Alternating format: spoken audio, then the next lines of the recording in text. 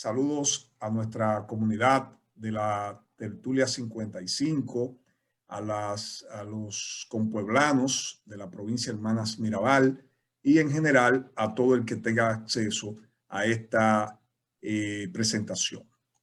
Tenemos con nosotros al doctor don Luis Nelson Pantaleón González, un distinguido ciudadano de la República Dominicana, oriundo de nuestra provincia, con quien vamos a conversar sobre asuntos relacionados con la historia de Salcedo, de los municipios de Tenares, Villa Tapia, el conjunto de la provincia, sobre su vida personal, sobre algunos aspectos que entendemos importantes registrar como un testimonio de vida en interés de ilustrar a los interesados sobre la temática que nos concierne.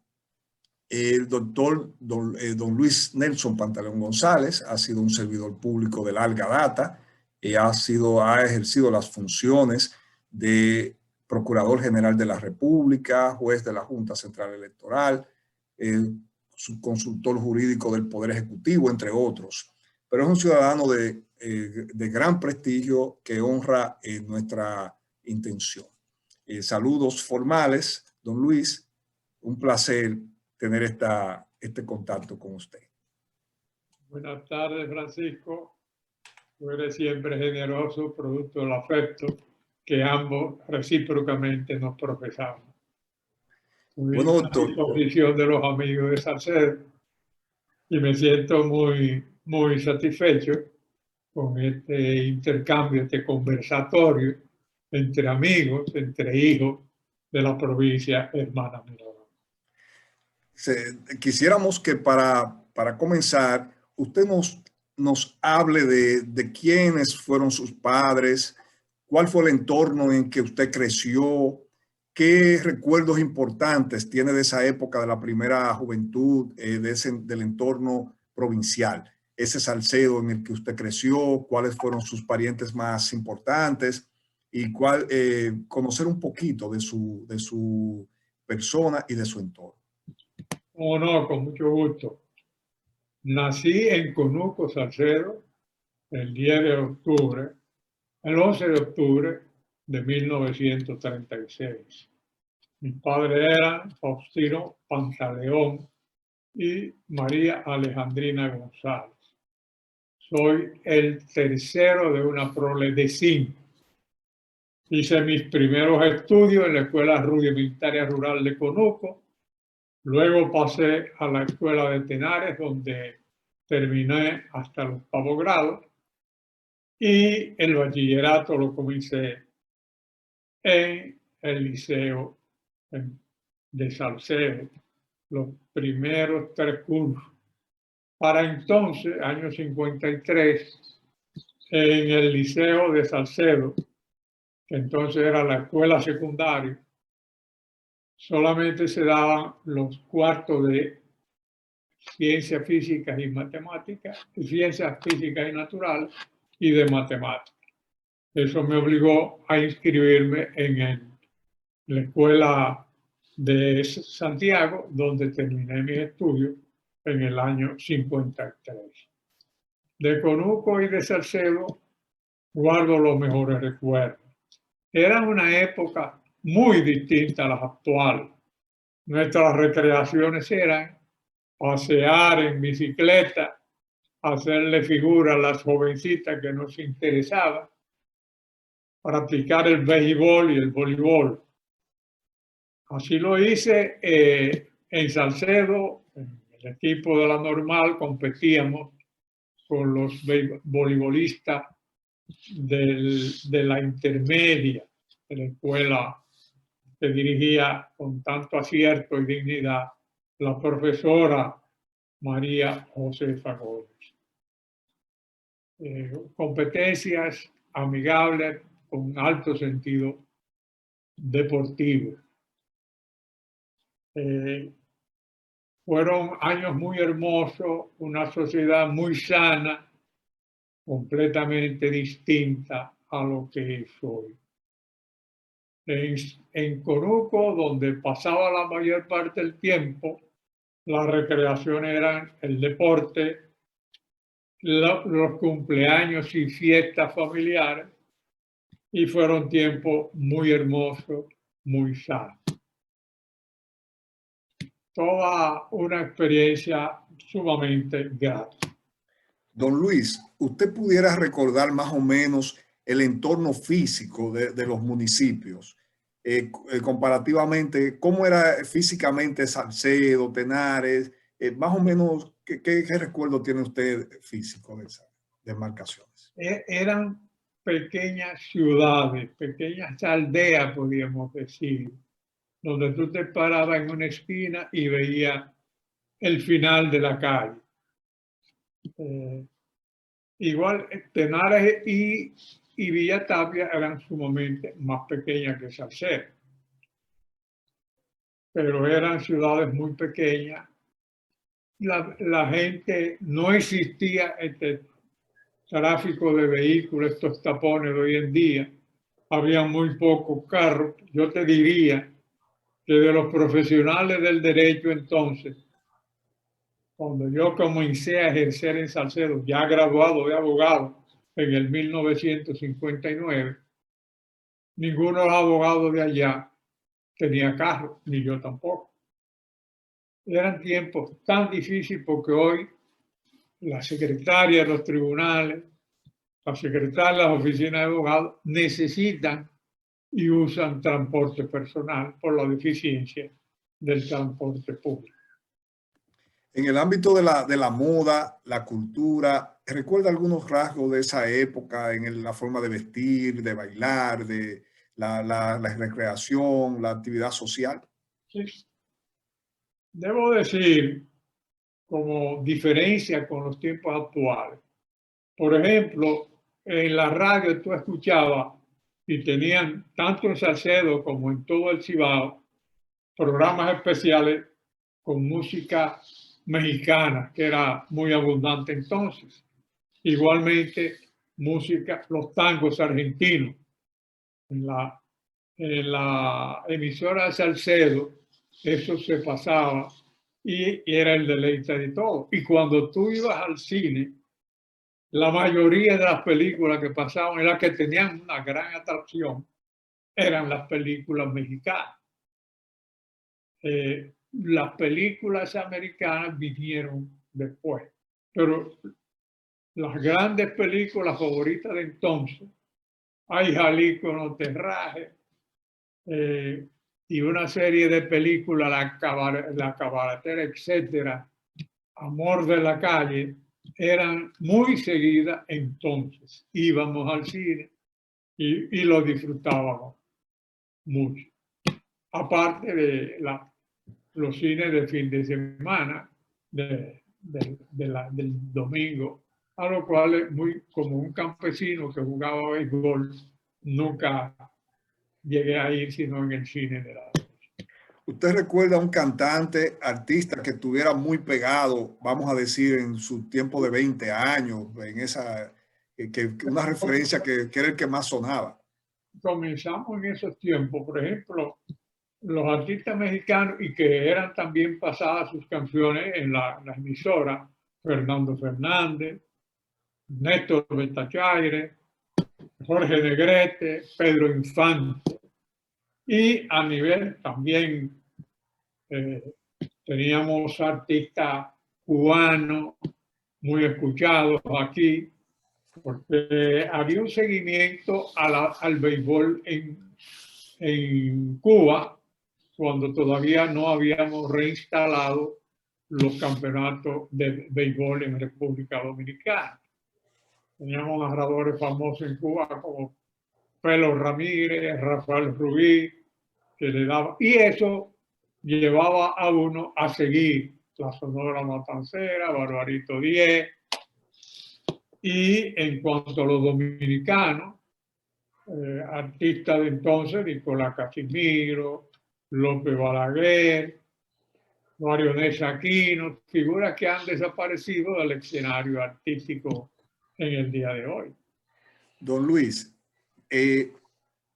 háganos un resumen de su trayectoria en la función pública, empezando desde que se graduó, lo más importante que usted ha hecho en el servicio y en qué manera eso impactó a Salcedo, su vida. Mira, me gradué en el año 59 y fui a ejercer a Salcedo, a la oficina del que era senador de entonces, don Juan Bautista Rojas Almanza, que era mi padrino. Por mediación de él me nombraron abogado de oficio. Tuve poco tiempo porque se dio el caso, y tal vez esto sea relevante ponerlo de manifiesto, que después de los presos del 14 de junio, donde estaban un grupo de primos míos que habían sido mis compañeros en el Colegio Mayor Universitario San José de Calazán, cuando ya yo terminaba la carrera. Hablamos de Francisco Aníbal González, Renato González, conocido en Salcedo porque ejerció su profesión de médico y fue diputado por la provincia, Antonio Ezequiel González, casado con una salcedense. Se dio el caso de que los muchachos estaban presos. Alguien informó a Trujillo, y esto creo que es importante, de que en el matrimonio mío no se había hablado de los novios, sino solo que se habían tratado temas subversivos. Al extremo eso impactó que Trujillo, que estaba de gira por el Cibao, anunció un día y se refirió a los comunistas de Conuco. Esto preocupó mucho a nuestros padres, que eran gente agricultores que nunca habían tenido participación en política. Bueno, llegó el momento, ya en abril y mayo, que Trujillo, a los presos del 14 de junio, por la presión de la Iglesia y la presión internacional, comenzó a poner en libertad a los presos del 14 de junio. Y cuando en ese proceso de repente llega un emisario a Conuco, don Manuel de Moya Alonso, que es recibido en la casa de Esperanza Saba y doña Dulce Pantaleón de Saba, donde fuimos invitados todas las personalidades de Conuco, las personas, los troncos de Conuco y algunos profesionales. Coincidencialmente ese día, yo como abogado de oficio que me habían designado meses antes, estaba ejerciendo las funciones de fiscal interino, porque el titular, Armando Sosa Leiva, que fue una persona muy querida en Salcedo, que estuvo involucrado posteriormente como mayor del ejército en la Revolución de Abril del lado constitucionalista. Bueno, vino a la capital y ese día yo estaba, me llaman que vaya a Conuco, que va don Manuel Moya, a reunirse con la familia González y Pantaleón.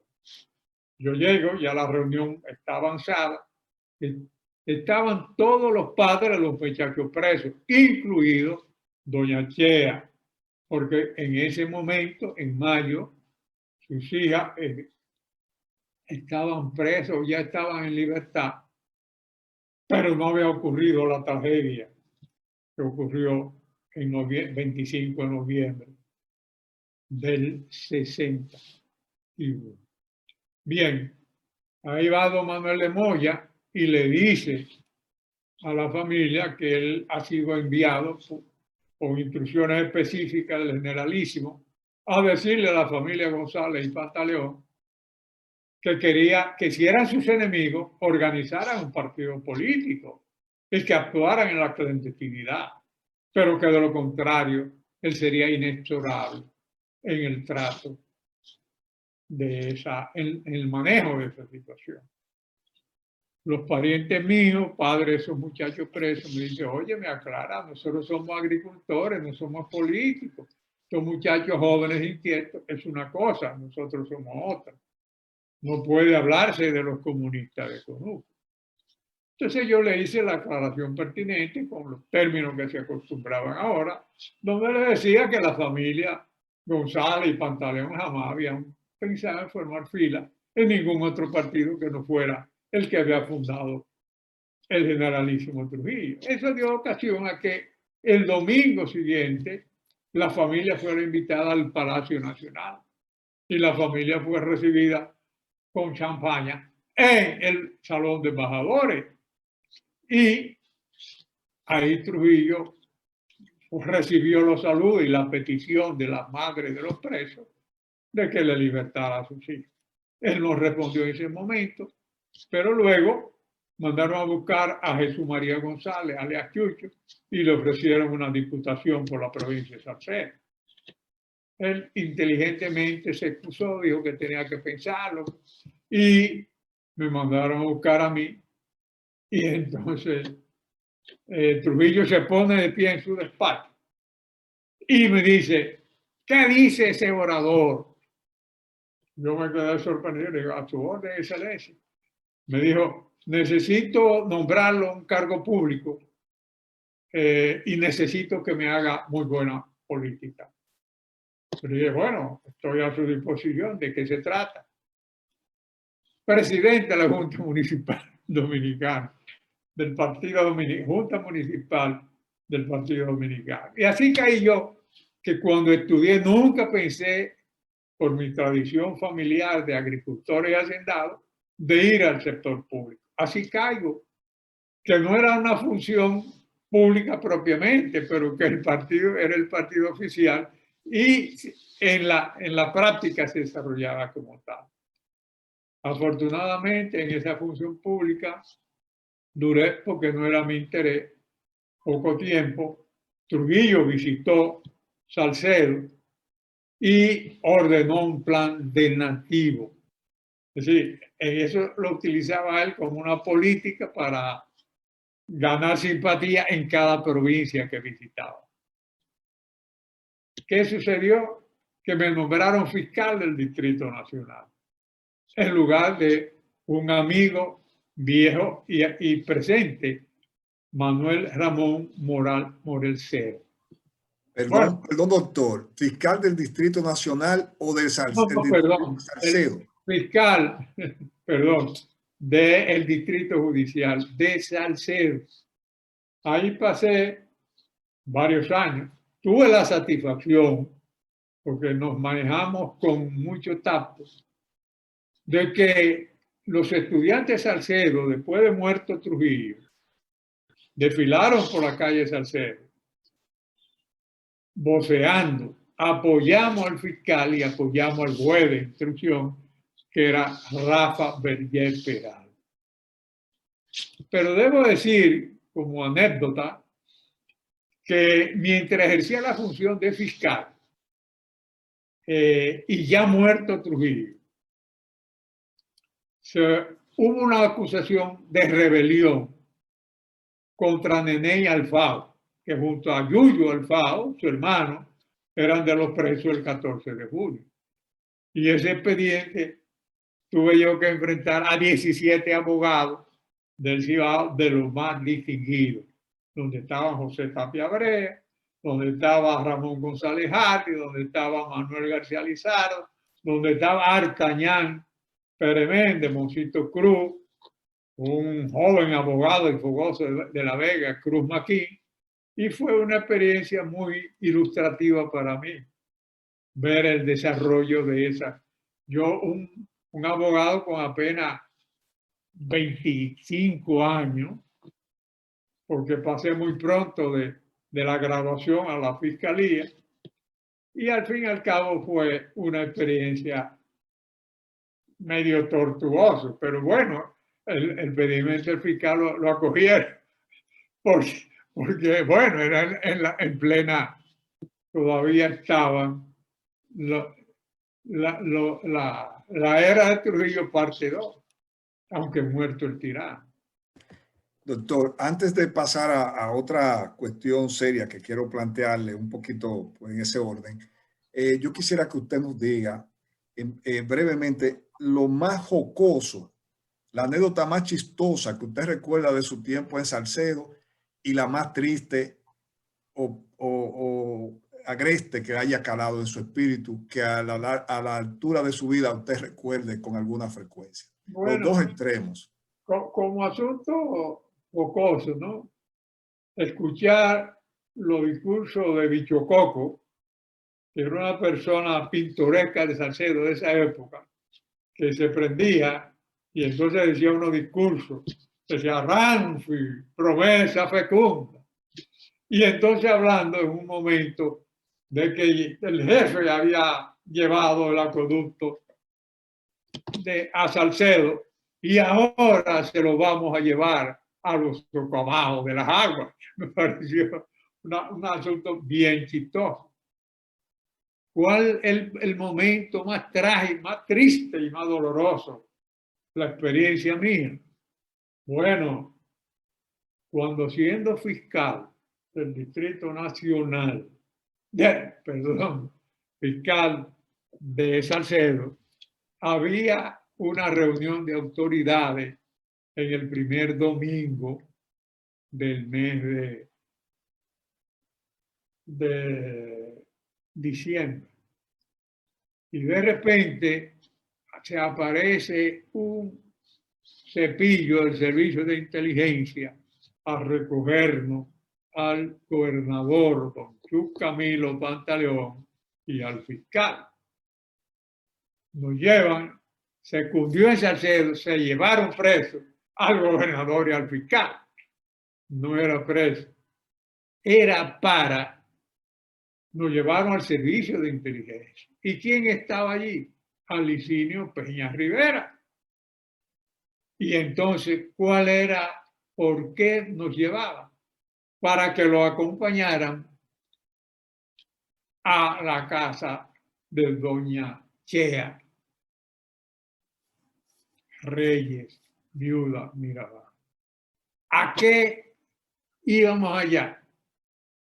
Bueno, a que doña Chea firmara una carta redactada por Alicinio, donde decía que sus hijas, sus 3 hijas, habían muerto en un accidente automovilístico y no que habían sido asesinadas por la tiradía, como se había publicado en la prensa internacional e incluso el periódico El Caribe lo había publicado aquí, obviamente por contusiones. Esa fue la experiencia más dolorosa de mi vida, no por lo que he narrado hasta este momento, sino por lo que viene luego. Yo, afortunadamente para mí, yo había ido el miércoles, eso fue un domingo, el miércoles anterior, a cumplir con la familia allá donde doña Chea. Cuando llegamos ahí, con la carta redactada por Alicinio, yo no hallaba cómo llegar. Me quedé en la comisión donde iba don Chu, no sé, no recuerdo bien, pero imagino que iría Alicinio, y yo. Me quedé en la terraza mientras ellos entraron donde doña Chea. Eso fue en pleno 9 días de la muerte de las muchachas. Y cuando estaba Jaime Fernández, Jaimito, y él entró con don Chupo, que era sobrino de él.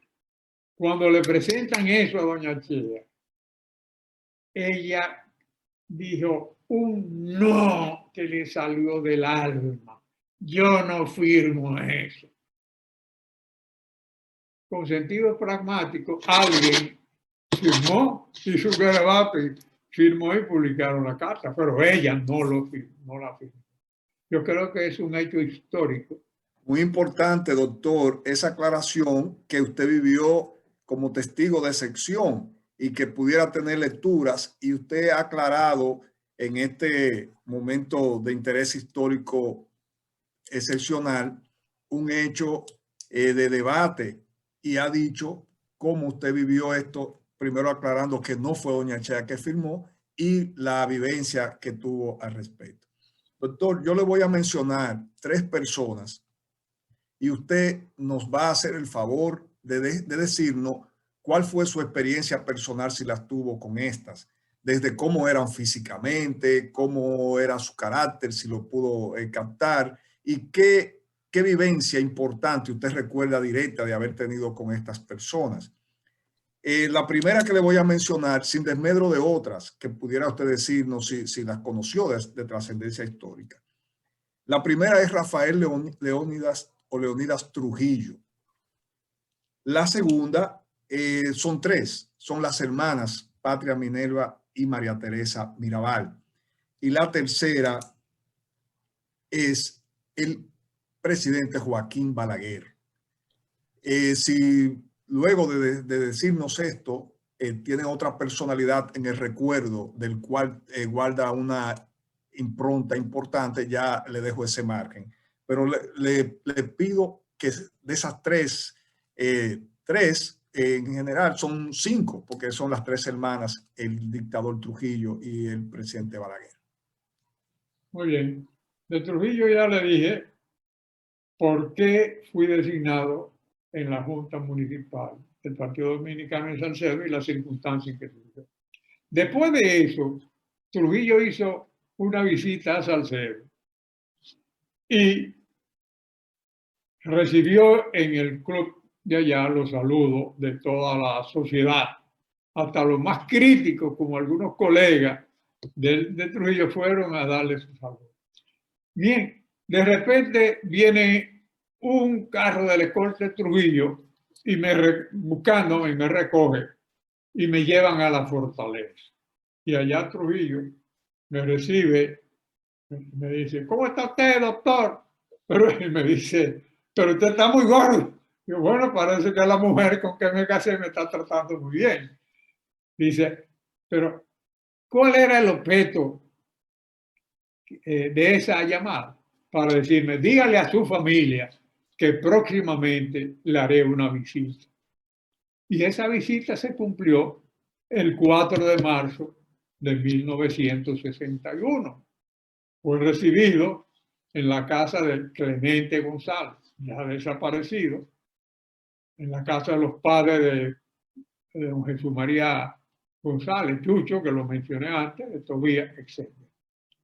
Y ya Trujillo estaba, parece, afectado mentalmente, porque recuerdo que andaba con un médico, un psiquiatra argentino.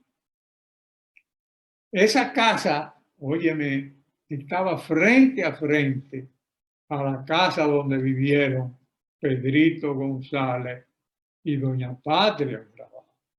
Y en ese momento ya la habían asesinado. Pero de Trujillo tengo otra experiencia interesante que yo creo que es importante y que se relaciona con la persona, las hermanas Mirabal. Siendo yo presidente de la Junta Municipal del partido, hubo una reunión de autoridades de la región del Cibao Central, en Moca, a la cual fuimos convocados los gobernadores, los presidentes del partido y el síndico municipal del municipio cabecera de provincia. ¿Dónde se efectuó esa reunión? En Estancia Nueva Moca, en la residencia de Luis Guzmán Tavera. En esa concurrencia estaban representadas las provincias de La Vega, Santiago, Moca, San Francisco de Macorís, Salcedo y Sánchez Ramírez. ¿Cuál fue la primera delegación que Trujillo llamó para entrevistarse con ellos en un aposento con absoluta discreción? La de Salcedo. Yo me quedé extrañado que, siendo la nuestra la provincia más pequeña, fuera la primera en ser llamada. Cuando llegamos a la presencia de Trujillo, don Chu, Pablito Germeno, que era el alcalde, y yo, que era un muchacho de 24, 25 años. Trujillo pregunta, ¿cómo está mi política en Salcedo? Y don Chu, un hombre bueno, pero sin mayores vuelos políticos, dice, por allá todo está normal. Dice, ¿y qué usted entiende por normal? Y las hermanas Mirabal. Ellos no hallaron qué decir. Yo le dije, no, excelencia, las hermanas Mirabal están en su casa aisladas. ¿Y qué usted tiene por aislado? Me pregunta Trujillo. Digo, oh, que ellos están en su casa y solamente salen a misa para ir a la iglesia, porque son católicos. Ajá, pero allá hay un curita muy carpetón.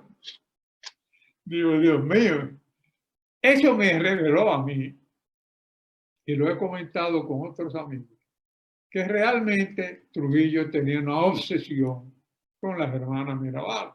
Y particularmente sabemos que Minerva, por su talento, por sus inquietudes políticas, por su verticalidad, era la que promovía esa tremenda reacción de Trujillo frente a las hermanas Mirabal. Doctor, Otra, era Trujillo intimidante, gracioso. Ante él, ¿qué sentía? ¿Le provocaba risa, temor, esa personalidad? no, Trujillo tenía una personalidad impresionante y él vestía elegantemente y lucía un porte militar. Y un hombre muy, muy acicalado. Realmente, tal vez por mi ingenuidad entonces, nunca sentí temor. Pero si tú te das cuenta, es una personalidad imponente. Continúe, doctor, con los demás que le presenté.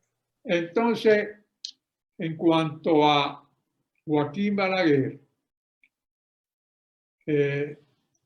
Joaquín Balaguer fue mi profesor en la universidad.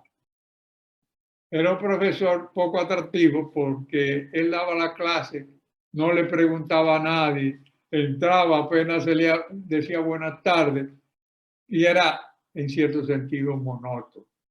En los exámenes pasábamos momentos porque mientras otros profesores de derecho, cuando tú estabas medio que no hallaba cómo desarrollar el tema, te daban, pero mire esto, te daban orientaciones y tú salías. Pero con Joaquín Balaguer, no. Recuerdo el caso de un compañero de estudio de Bonao que en el examen de Balaguer no hallaba qué decir. Y entonces, y usted no estudió la materia. Y él le dice, mire, yo soy miembro de los Cocuyos de la Cordillera Central. Y entonces yo estaba en campaña persiguiendo a los guerrilleros. Bueno, no sé, no recuerdo si lo pasó o no, pero te digo yo que con uno de los profesores que tuvo más dificultad, aunque finalmente me puso muy bueno, ¿no? Fue con Balaguer. Ya como funcionario de Balaguer, y más bien como subconsultor jurídico, pero antes yo fui funcionario de la Junta Municipal, de la Liga Municipal Dominicana. Y en ocasión de ese servicio, para hacer una parte, como parte de la trayectoria de mi vida en la función pública, que tú me preguntaste originalmente. Hice una maestría en Administración Pública en la Universidad de Santiago, la UCA Magna. Y a la graduación fue un programa coordinado por la AID, la Oficina de Administración de Personal del Gobierno Central, y la propia universidad. Como las mejores calificaciones del grupo, que eran funcionarios, empleados públicos, fueron las mías, me tocó la oportunidad de dar el discurso de gracia y poco tiempo después Balaguer me nombra en educación como subsecretario de educación. Ahí tuve ocasión de compartir con él en inauguraciones de escuelas. Pero cuando más cerca de él estuve, se fue cuando estuve en Relaciones Exteriores como subsecretario, que asistía en ocasión a la presentación de credenciales de los embajadores acreditados en el país cuando iban a entregar su carta credencial. Hubo un episodio que para mí fue muy penoso porque resultó que el canciller era mi hermano Víctor Gómez Vergés y Balaguer había silenciado a Peña Gómez y a Casimiro Castro, prohibiéndole el uso de los micrófonos para hacer propaganda política. Y Víctor Gómez, que en ese momento estaba luchando por la Secretaría General de la Organización de Estados Americanos, hizo una crítica a esa disposición. La disposición aparentemente no emanaba de Balaguer, sino del director de telecomunicaciones, que era Víctor Hidalgo Justo. Entonces, Víctor no criticó a Balaguer, sino a Víctor Hidalgo Justo. Y yo estaba esperando en el salón de embajadores que saliera el presidente con el canciller. Y cuando sale, le estaba haciendo una reprimenda a mi hermano por esa crítica que le había hecho a Víctor Hidalgo Justo, donde decía, la política la dirijo yo. Realmente una reprimenda muy fuerte. Y Víctor estaba realmente molesto, pero ¿qué vamos a hacer? Tenía un carácter recio. Balaguer era una persona con relación a Trujillo, era una en la privacidad era duro, era un tipo. Mira, Balaguer en la privacidad era un tipo ordinariamente seductor. Yo, cuando ya su consultor jurídico, en el periodo en que Pedro Romero, confesor, hoy fallecido, mi querido hermano, era el consultor jurídico, Pedro se iba los jueves para Bonao y yo quedaba al frente de la oficina. Entonces tuve ocasión de presentar muchos decretos, interactuar y recibir muchas instrucciones de Balaguer. Cuando yo entraba al despacho, él se ponía de pie. ¿Cómo está, doctor? ¿Cómo está su familia? En los términos más corteses. Porque cuando él quería, era un tipo seductor. Pero cuando tenía que llamar la atención, sabía decir. Por ejemplo, y me permite una digresión, Sí, para claro. contarte una anécdota. Claro que sí. Mira, un sábado en la mañana me llaman al despacho. Voy a sus órdenes, señor presidente. Se han aprovechado de mi ceguera. Me han puesto a firmar un decreto dando un monopolio para el manejo de los paquetes que llegan por curry en el aeropuerto a unos señores. Digo, yo no trabajé ese expediente, pero me sorprendería que el doctor Romero, que yo sé el cariño y la admiración que tiene por usted, le haga una trastada de esa naturaleza. Y averigüe eso. Yo, solidario con Pedro, me preocupo mucho. Cuando salgo del despacho, voy y lo llamo inmediatamente a su casa. Y digo, óyeme, Pedro, le refiero la historia. Y me dice, eso es un show de Balaguer, él fue el que me instruyó a hacer ese decreto en esos términos. Pedro era un flemático, no se alteraba. La costumbre era, en mi palacio en esos años, cuando Balaguer mandaba a un coronel que le decían chorro a buscar a un funcionario, ese funcionario iba corriendo, llamaba a Balaguer que vaya, el presidente lo está esperando. Está bien, yo voy. Al poco rato volvía. Sí, ya voy hacia allá, sin prisa. Tenía una flema envidiable. Don Luis, Minerva Mirabal, el rasgo más impactante de su personalidad, ¿cuál era? Minerva, yo entonces, cuando la veía donde su hermana Patria estaba casada con Pedrito González Cruz, que era primo hermano de mi padre y primo hermano de mi madre, porque era González Cruz. Y yo la veía, una mujer con una personalidad impresionante, una mujer sumamente actualizada, una mujer fuera de la época en que vivió y del medio social, que era un campo del Cibao, pero siempre se relacionó con los intelectuales más destacados de la zona. Era una personalidad realmente impresionante. Su hermana Patria, a quien yo traté más, y a María Teresa por cuestión generacional, era una persona que yo le tenía una gran admiración y un gran cariño, porque era una persona sumamente simpática, cariñosa, agradable. Y yo iba con frecuencia a su casa acompañando a mi abuela, que era hermana de la mamá de Pedrito, de su suegra. Y siempre veía cómo ella mantenía su casa con la decoración que tenía.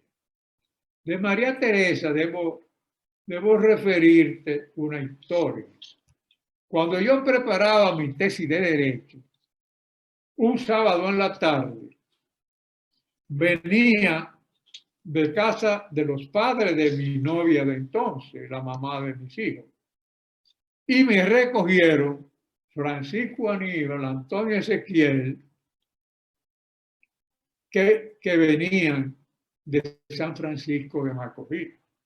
Te vamos a llevar, me recogieron y entramos allá. Ellos tenían una reunión secreta en la habitación, los aposentos, donde estaba Manolo, Fafa Tavera, Francisco Aníbal, Antonio Ezequiel González Rey, primo hermano de las hermanas Mirabal y parientes cercanos. Entonces, María Teresa fue la que me entretuvo a mí mientras ellos tenían su reunión. Posteriormente, en esa reunión, según me pude enterar por los acontecimientos futuros, fue que hubo una unión del movimiento clero-cultural en que estaban Fafa Tavera, Francisco Aníbal, con el 14 de julio y se involucraron. Recuerdo una expresión de María Teresa que me daba un consejo. Yo digo, vengo de mi novia, pensamos casarnos dentro de algún tiempo. Me dice, mira, me dio una gran lección. Para que un matrimonio se conserve en el tiempo, tienen que intervenir estos factores. Mucho amor, mucha comprensión y excesiva tolerancia. Si no concurren esos factores en la relación marital, más tarde que temprano se destruye la relación. Una lección de vida que los hechos y mi vivencia me demostraron que tenía. ¿Le impactó en lo personal más la muerte de María Teresa que la de las demás o Patria? ¿Hubo algo en lo personal que le caló más a usted? No, Al margen del símbolo histórico, del símbolo heroico en el trato. Cuando la muerte de ella, ya yo era fiscal de Salcedo.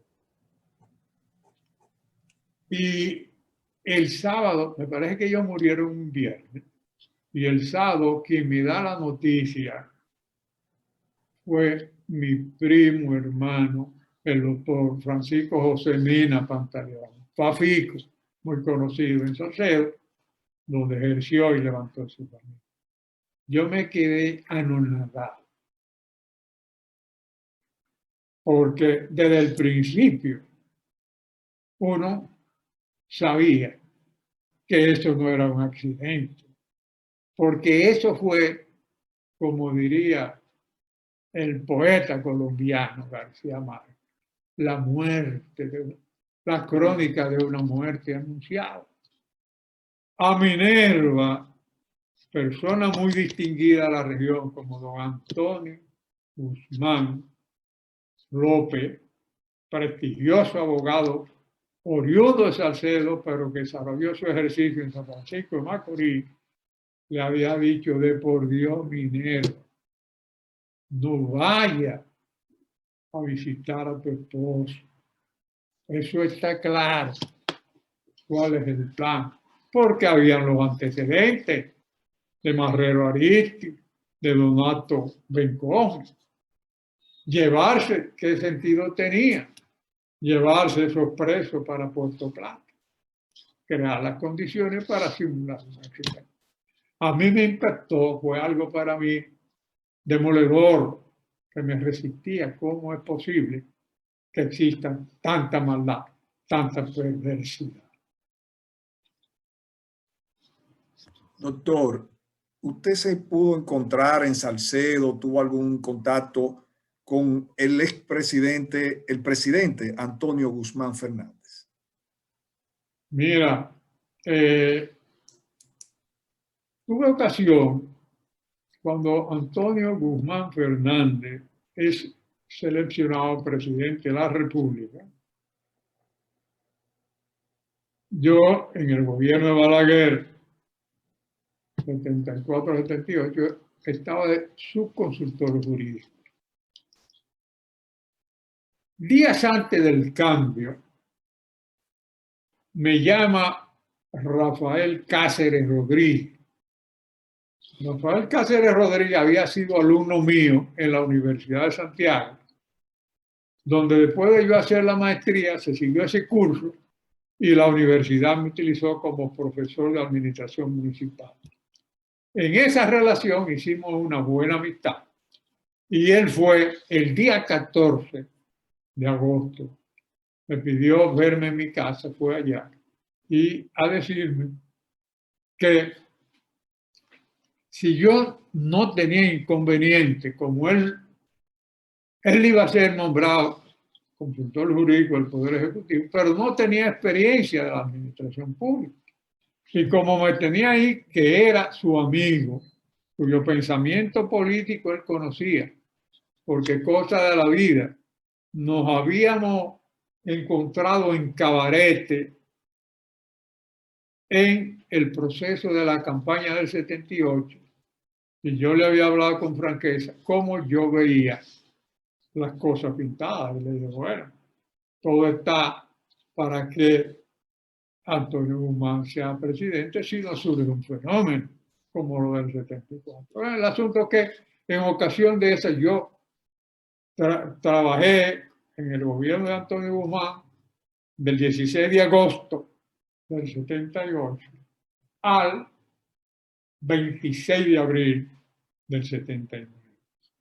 Y entonces colaboré con Rafa, preparé muchísimos decretos importantísimos, entre ellos la creación de lo que fue la base de lo que hoy es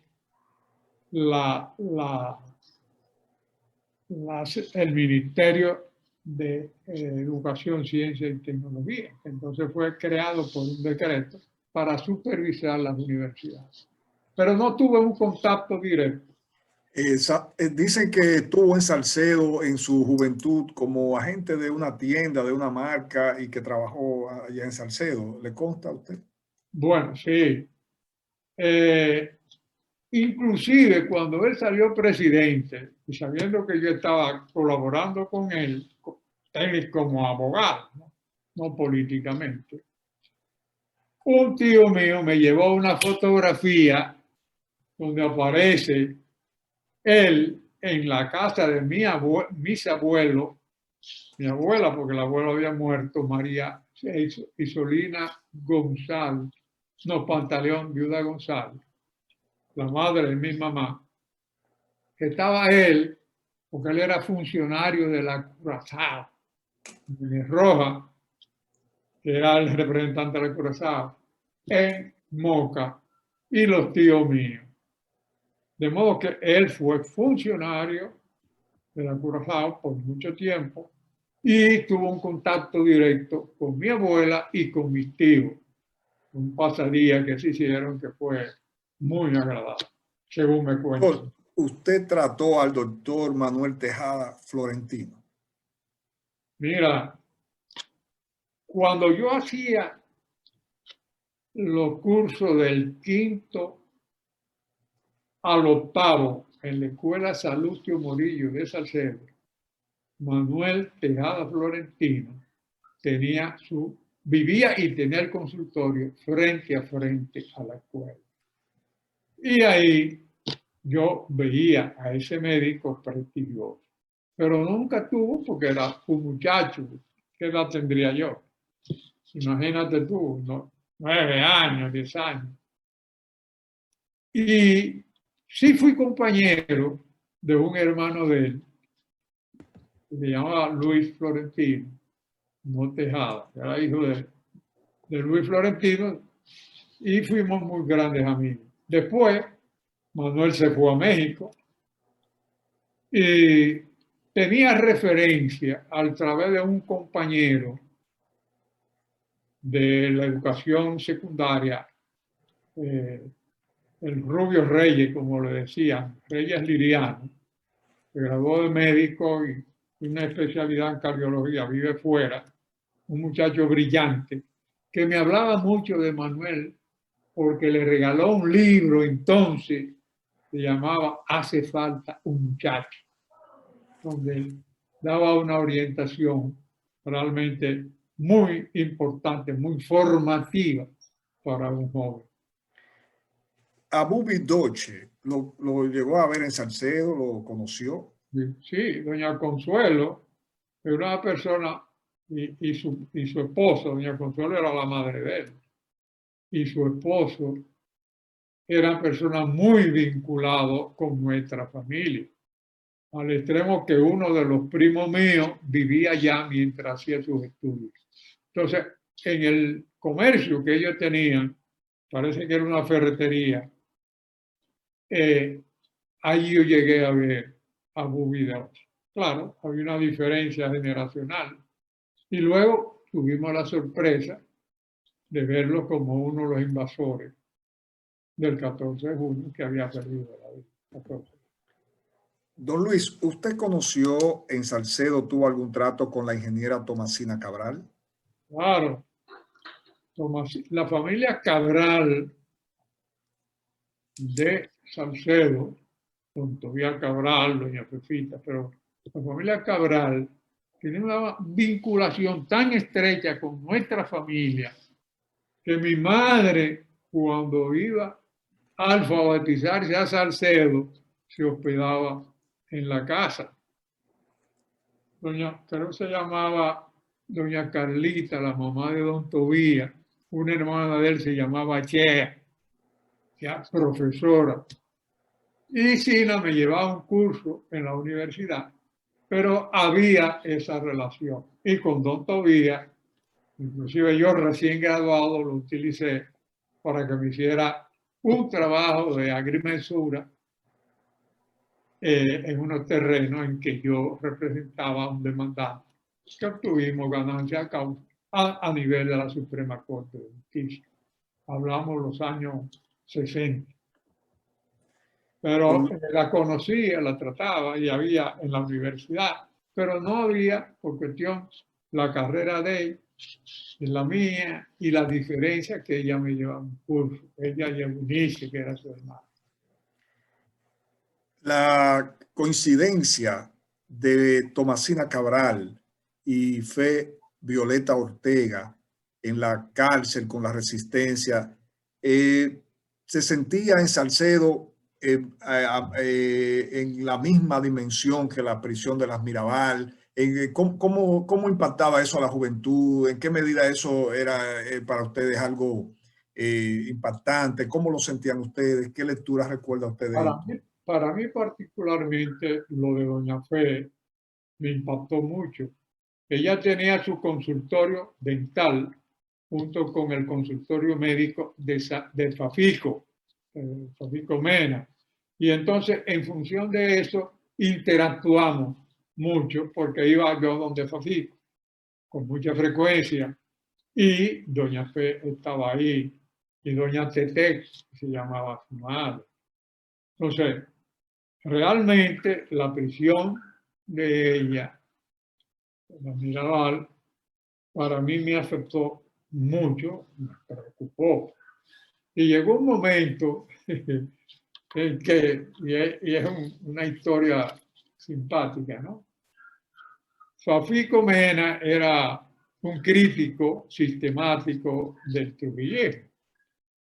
Tuvo suerte de ninguno de esos con lo que él hablaba y criticaba el régimen lo delatara, porque muchos fueron presos por menos que él.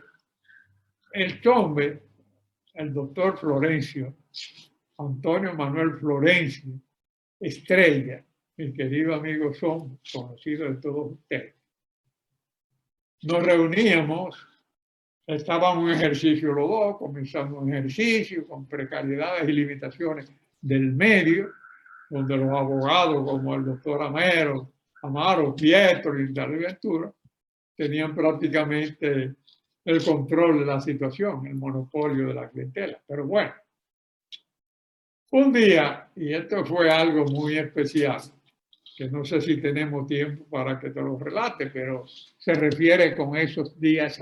Continúe, doctor, continúe tranquilo y luego cuando sea tiempo yo le doy una señal. Por ahora siga tranquilo. ¿Cómo? Mira, yo estoy en mi oficina, que era la oficina de Don Juan, y viene un tío político y me dice, Luis Nelson, viene tembloroso. Digo, ¿y qué le pasa? Se llamaba Milo García, casado con una prima hermana de mi mamá, con tía Lidia. Me dice lo que me ha pasado. ¿Y qué le ha pasado? Yo venía para acá y me paran los calíes y me dicen que le diga dónde está Antonio Ezequiel, que lo andan buscando. Y le dije, pero ¿dónde es que está viviendo su pariente Antonio Ezequiel González Reyes, primo de la Mirabal, involucrado en el 14 de julio? Y entonces yo no sabía, pero llega tembloroso, era el terror que había con los calíes y el cepillo. Él se va. Momento después, viene un tipo raro, me dice, ¿usted es el doctor González? Digo, no, yo soy el doctor Pantaleón, porque ya me han dicho que andan buscando a la González. Yo soy el doctor Pantaleón. ¿En qué le podía servir? Me dije, no, que yo vivo en San Francisco, pero mi mamá tiene unos terrenos en Licey y yo quiero que usted me vaya a averiguar los antecedentes y me busque en los archivos ya. Entonces yo le digo, pero mire amigo, si usted es de San Francisco, ¿cómo se le ocurre venir a buscar? Usted me vino a buscar a mí, ¿quién me lo recomendó? No, que me hablaron de usted. ¿Qué había en Licey? La base del zinc. Yo me puse muy chivo y le digo, óigame, a usted le conviene buscar un abogado del Licey que le dedique todo el tiempo, porque para yo meter en los archivos del juzgado de paz y buscar esos documentos viejos, usted va a tener un gasto importante. Y el hombre salió, pero venga acá, salió y volvió, pero venga acá, usted no es el doctor González, insistía él. Yo no, le digo que soy el doctor Pantaleón. Y cuando él se va, al poco rato, inmediatamente llega Antonio Manuel Florencio, el hombre. Digo, mire, y le estoy contando lo que pasó. Digo, vamos a ver qué se hizo el tipo. Porque yo hice una conclusión. Un tipo de San Francisco que tiene una reclamación en los terrenos en Licey, ¿qué día lo viene a buscar? Este pinchón de abogado. Ese gancho, crudito, ese gancho. Ese gancho. Cuando el día que se llevan a Doña Fe, se trae esta historia, y se llevan al rombo, me dice Sofía que nos han picado muy cerca. Tenemos que cuidarnos. El terror que había, lo que no vivieron en esa época, no se lo pueden imaginar. Por más poeta y imaginación creadora que tengan como tú, eso es incomparable. De otro lado, don Luis, ¿cómo recuerda usted el auge deportivo de los hermanos Rivas? ¿Cómo se vivía desde Salcedo, desde el sentimiento salcedense, ese impacto de Danilo, de sus hermanos en el béisbol de la República Dominicana? Particularmente para ti, que a pesar de que soy cibaeño, soy escogidista. disfruté plenamente y establecí relaciones con ellos en los estados, sobre todo con Danilo, digo, y disfruté mucho su éxito como lanzadores del béisbol profesional dominicano. ¿Tuvo alguna anécdota personal? ¿Trató usted a uno de estos? Una relación de saludo, felicitaciones, pero no una relación muy estrecha. Disfruté su éxito como deportista en nuestra condición de comprovincial.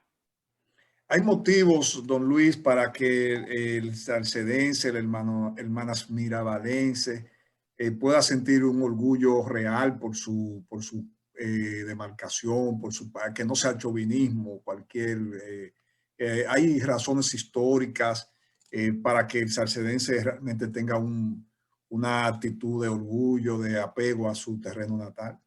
Bueno, yo creo que el legado de la hermana Mirabal es algo que debe sentir de legítimo orgullo, un orgullo abrumador y que debe llevarnos a coger el espíritu de su lucha y rendir con nuestro comportamiento culto a la memoria de ella, porque lo sacrificaron todo, su vida, su familia, niños pequeños, en la lucha por un ideal que la llevó al sacrificio y que afortunadamente el pueblo dominicano y el mundo le han rendido el tributo que ellas se merecen con los reconocimientos que la posteridad le ha brindado. Salcedo, en la persona de ella, tiene la mejor representación que motiva un legítimo orgullo. Podrán haber mucho más. Doña Sina Cabral, la ingeniera, es también un legítimo orgullo, y doña Fe. Doña Sina demostró un valor espartano en los días negros del presidio. Doña Fe era una mujer generosa, dedicada, ya en sus años, que asumió el ideal patriótico para exponer su vida, su tranquilidad y su futuro profesional. Tenemos, y hablamos también de grandes luchadores que tuvimos, como el Fafa. Fafa, un luchador desde muy joven, los muchachos del 14 de junio. Salcedo tuvo exponentes, los hermanos Alfaro.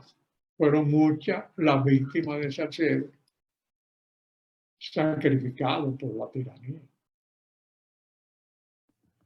Ya en lo personal, don Luis, cuando usted hace el balance de su vida, una vida muy activa, de mucha, ¿cómo termina? ¿Cuál es el cierre que hace usted de ese examen de su vida personal? ¿Cómo se siente usted? ¿Cómo está su vida? Para Luis Pantaleón, viendo su vida un poquito desde fuera, ¿qué puede decirnos? ¿Qué puede expresar? Yo digo entre mi familia y entre mis amigos íntimos, como tú, que yo soy un hombre bendecido de Dios. ¿Por qué? Primero, sin haber buscado ninguno de esos cargos que me cayeron por simple casualidad, ¿no? Por coincidencia, destino.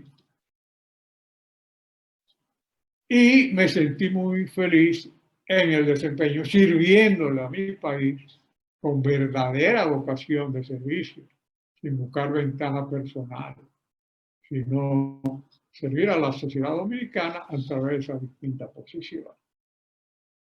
Me ha dado la oportunidad de caminar por el mundo en eventos internacionales, seminarios. Estuve en Chile en seminario en administración. Estuve por Europa en un seminario sobre migración en el año 72.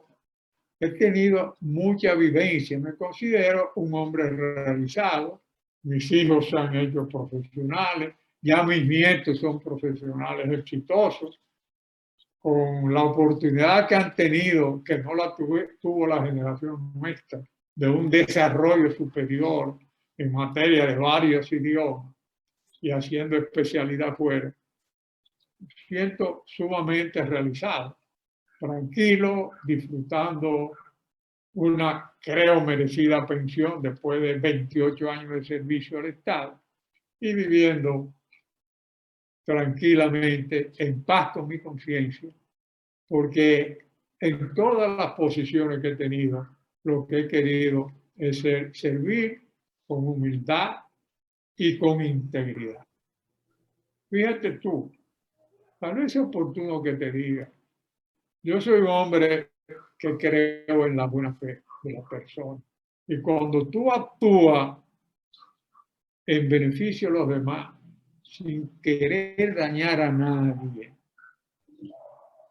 tú recibes una compensación, aunque sea espiritual, ¿no?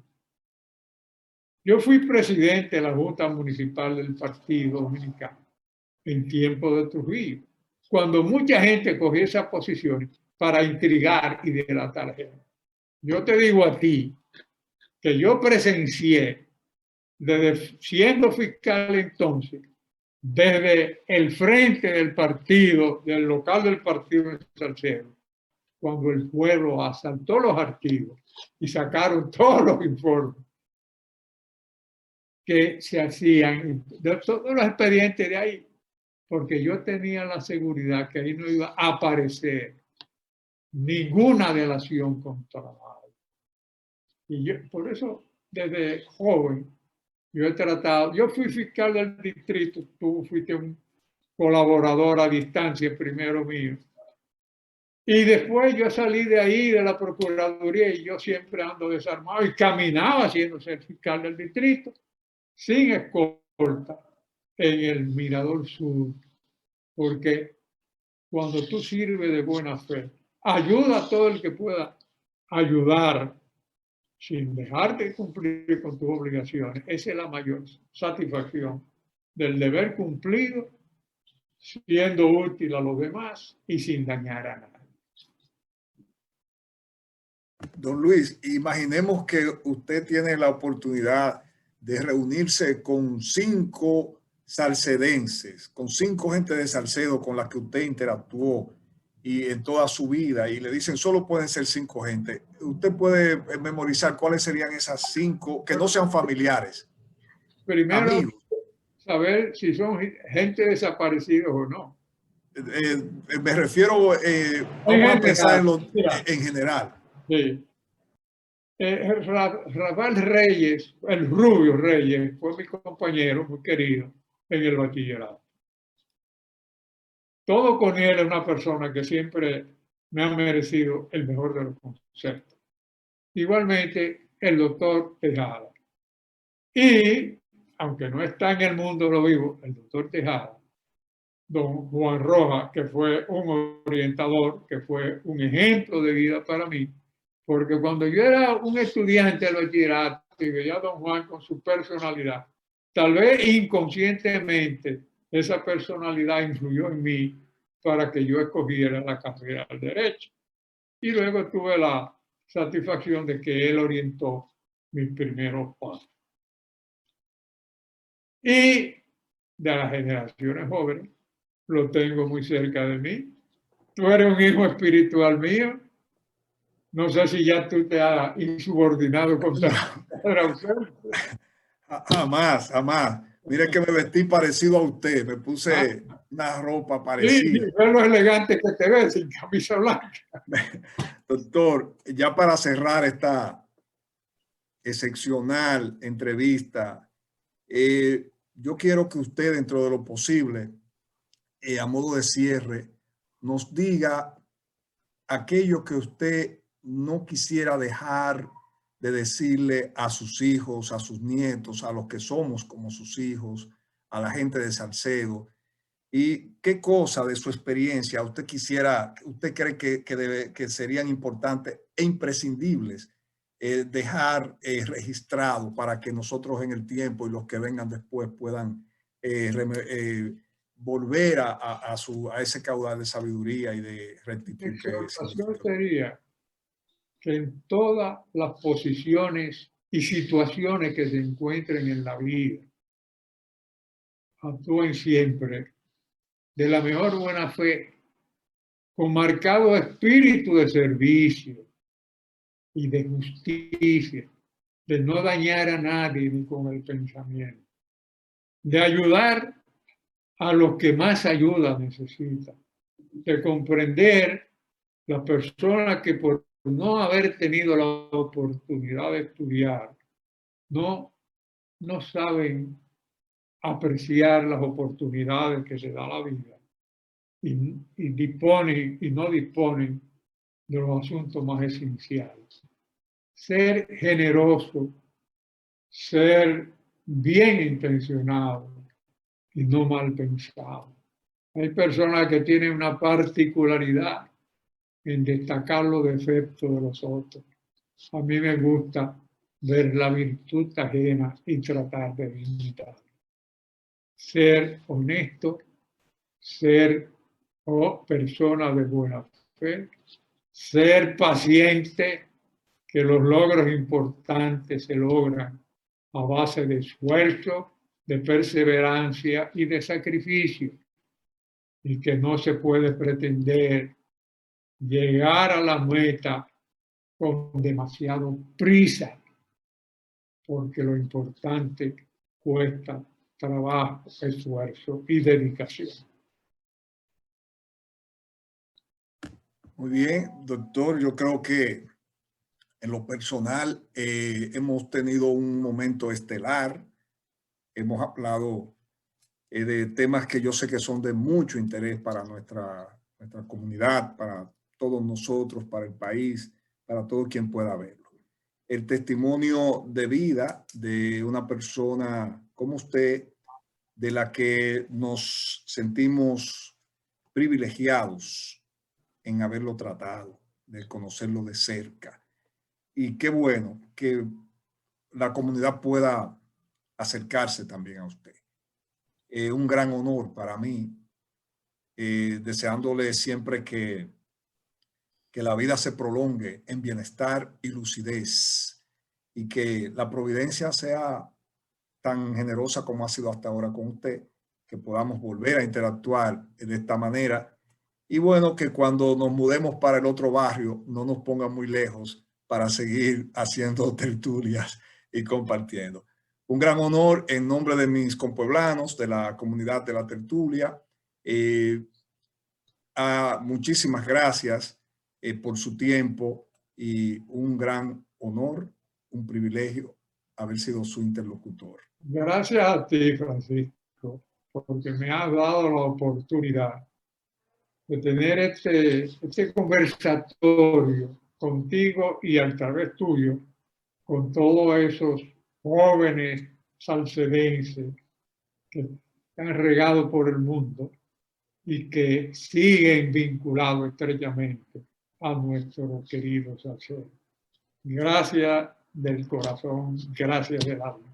Bueno, un abrazo con Dios siempre, y que las bendiciones no se limiten, que sigamos en el rumbo de esta visión de la vida, y será hasta la próxima, porque habrá otros momentos. Será un honor y un placer. Saludos allá. Un abrazo. Adiós.